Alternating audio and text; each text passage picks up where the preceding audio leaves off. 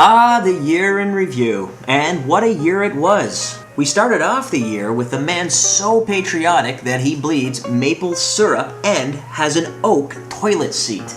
Next, we took you high above the action at a Spitfires game, and who could have guessed that they'd win a Memorial Cup? Me, that's who.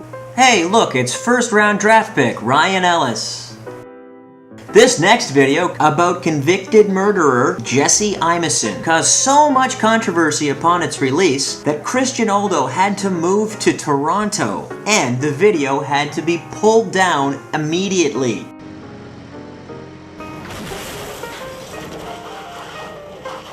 This video was taken during the Windsor Lancer football team's second victory of the year. If I would have known it would have been their last, I would have shot more footage. Next, we profiled Windsor's own FAM Festival by interviewing festival organizer and co-creator Murad Erzanoglu. Here's just a part of what Murad had to say. As somewhat of a selfish endeavor. Then we interviewed Lenny Amir Liebhertz, a master's student from the University of Windsor who had recently converted from Christianity to Islam and gone on a pilgrimage to the holy city of Mecca in Saudi Arabia.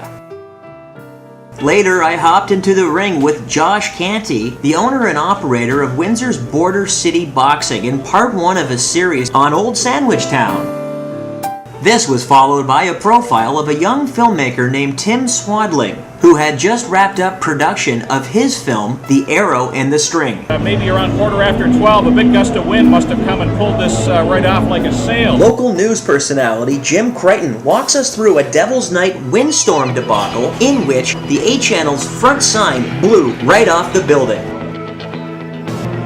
It is amazing, but many of the passers-by remain oblivious to the situation. In October, I ventured to my ancestral stomping grounds of Saskatchewan and visited a real-life Canadian ghost town, which bared an eerie resemblance to Windsor's own Indian Road. Then Lance feature writer Paul Breschek and I profiled the Ambassador Bridge and some of the challenges that lay ahead for it. Since the 9/11 attacks, changes bred from security concerns have made the bridge less accessible to the public. Finally, I was able to realize another lifelong dream and venture into Detroit's abandoned train station.